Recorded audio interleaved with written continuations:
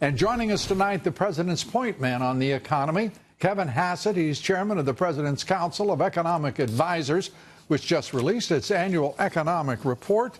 And it is quite a compendium of great news for the economy, for the nation. Kevin, first of all, great to have you with us. And it's great to be back. Thanks, Lou. This president has a story for 2020 and for right now that's just, it's unparalleled, isn't it? Right. You know, one of the things that President Trump very much looks forward to when he's taking these trips is getting briefed on the state of the economy and the state that he's going to. And so we always prepare a briefing for him about the state that he's visiting, if he's visiting a state today. And so we were digging through the Minnesota numbers, and, you know, I don't want to spend the whole time on Minnesota, but think about this, Lou. You remember that entrepreneurship was dead in 2016, that people were talking about how millennials are the least entrepreneurial generation and so on. The new normal, et cetera. Applications for new businesses in Minnesota are up since the president was elected by 18%. When's the last time you saw, applications for new businesses increase that much? And so we're in a boom right now that's unprecedented, and it was unexpected. I went back and looked in the 2016 Congressional Budget Office forecast for 2018. Do you know what their monthly job number forecast was? 58,000 a month.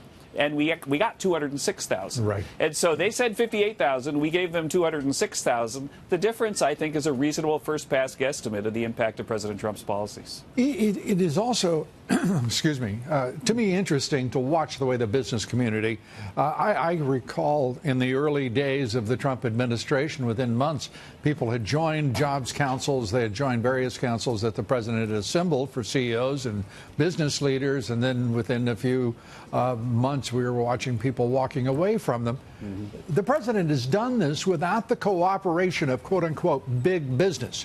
He has done it without a working partnership with the K Street lobbyists, the Chamber of Commerce, the Business Roundtable. Wall Street can't bark orders at him.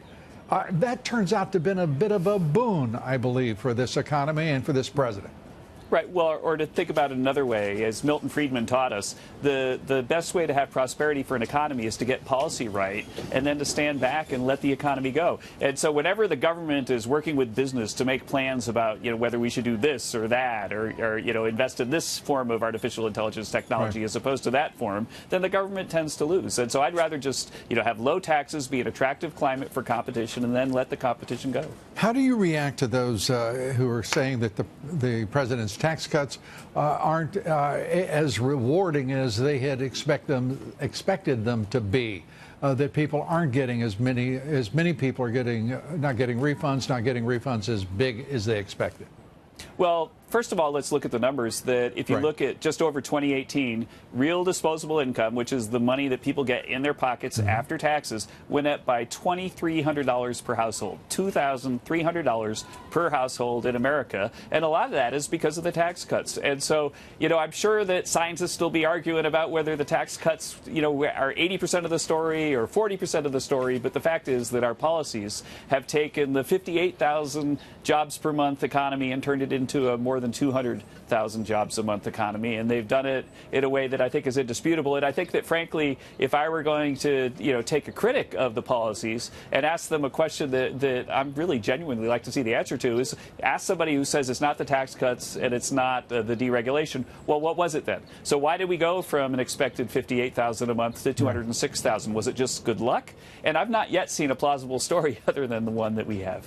Yeah, I have, frankly, this president has put forward straightforwardly a pro-business attitude that the country hasn't seen, frankly, in decades. It is since Reagan. Right. And can I add one thing about that, though? The thing is that you saw him mention blue-collar jobs in the clip that you were playing. And the fact is that he's not pro-business because he's in the pocket of business. He's pro-business because he understands that the way to prosperity for most Americans that don't have fancy Ivy League degrees is to have a really good business in their town that invests a lot in making them more productive, and then they can afford to pay them a higher wage. And so people all around the country are prospering because of these policies. And the last thing is that President Trump focused, and we've got an event on Wednesday, Lou, about this. He focused on the distressed communities with his Opportunity Zone policy, and that thing has really taken off too. And so not only are businesses investing like crazy in the U.S., but they're investing more and more in the distressed communities that were crying out for help in 2016 when they voted for him. And within this, the subtext here is in New York, home of Wall Street, even though Wall Street extends all the way around the globe in this day and age. And that is trade talks. We have a wag who wants to always say, well, you know, as soon as the trade talks conclude, irrespective of what they say, things will get better. That's the sort of nonsense mantra that is peddled by some in the business press, and others say, and as so long as it's uncertain, that will be deleterious to the economy.